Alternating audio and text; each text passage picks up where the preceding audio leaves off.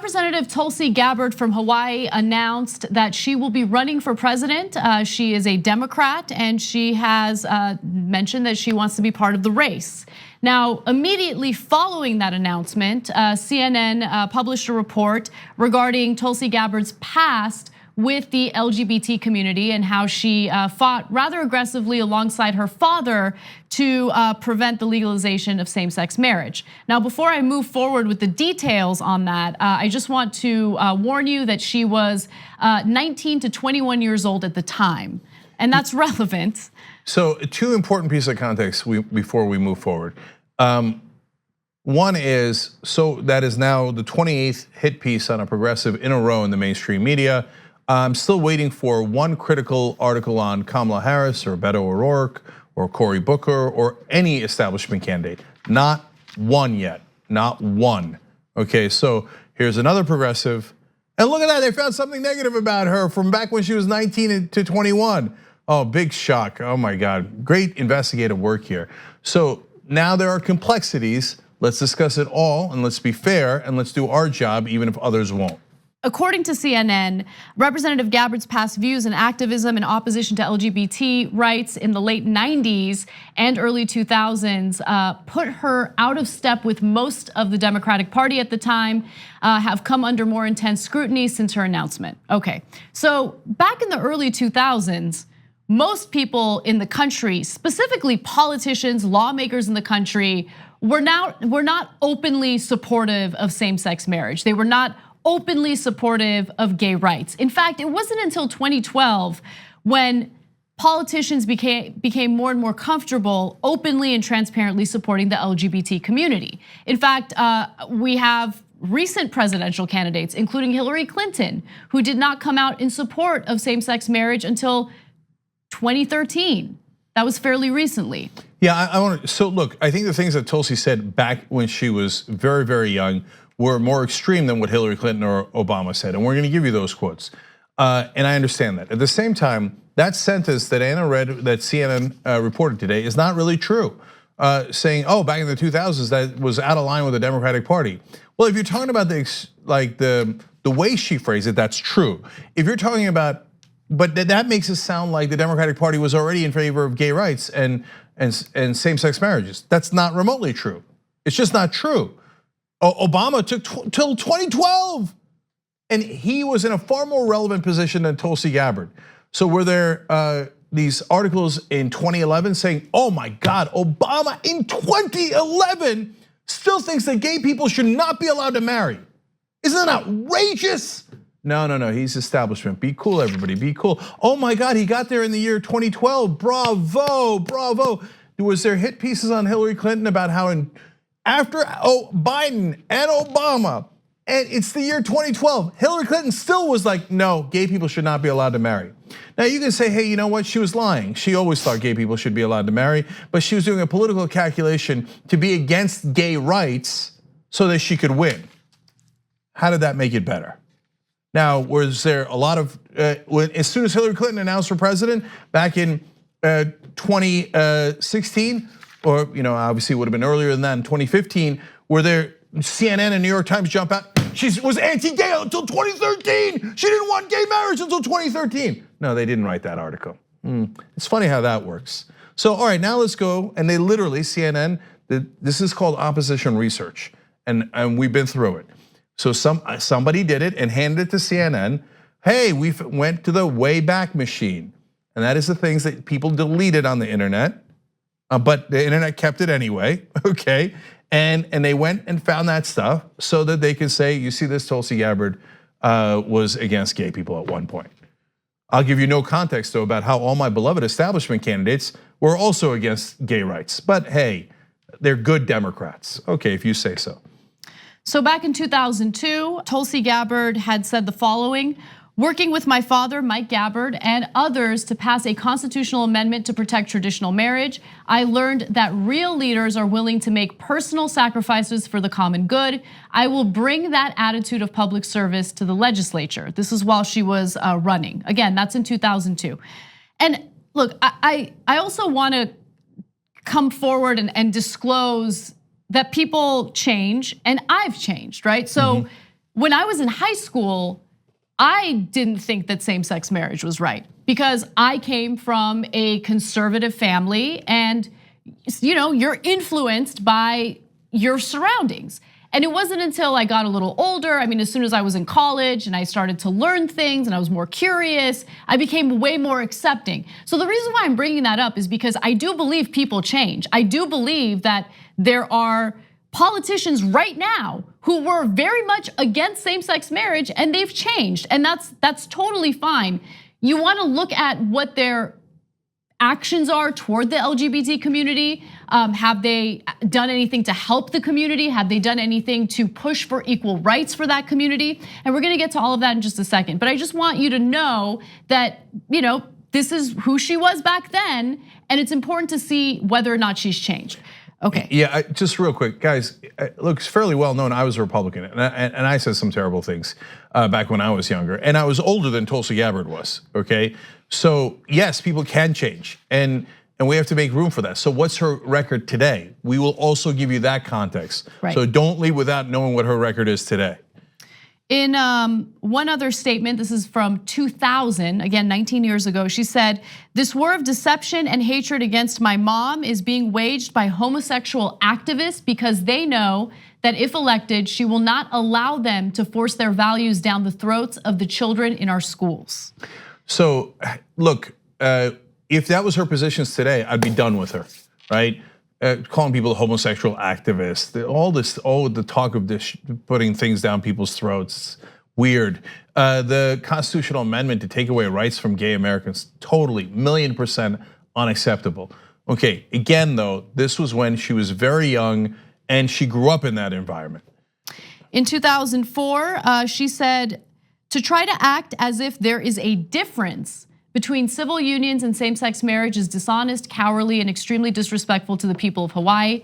As Democrats, we should be representing the views of the people, not a small number of homosexual extremists." Again, talk of homosexual extremists is crazy talk, and totally don't agree with it. Her dad, Mike Gabbard, said more outrageous things. He led a coalition called Stop Promoting Homosexuality. He even had a radio show called Let's Talk Straight Hawaii. But you cannot say that the views of the father are passed on to the daughter. That's just not what we do in this country. And again, we're not even getting into what Mike Gabbard's current positions are, and neither did any of these articles. So they just let that float out there, without addressing what Mike Gabbard thinks today. By the way, Mike Gabbard is great in other categories, excellent fighter to get money out of politics. Do I agree with him on this? No, no way. But again, I don't know what his current position is. That was decades ago. I do know what Tulsi Gabbard's current position is. Now, she has responded to this report and said, quote, "First, let me say I regret the positions I took in the past and the things I said. I'm grateful for those in the LGBTQ community who have shared their aloha with me throughout my personal journey." She also says, "Over the past 6 years in Congress, I have been fortunate to have had the opportunity to help work toward passing legislation that ensures equal rights and protections on LGBTQ issues, such as the Equality Act, the repeal of DOMA, Restore Honor to Service Members Act, the Employment Non-Discrimination Act, the Safe Schools Improvement Act, and the Equality for All resolution."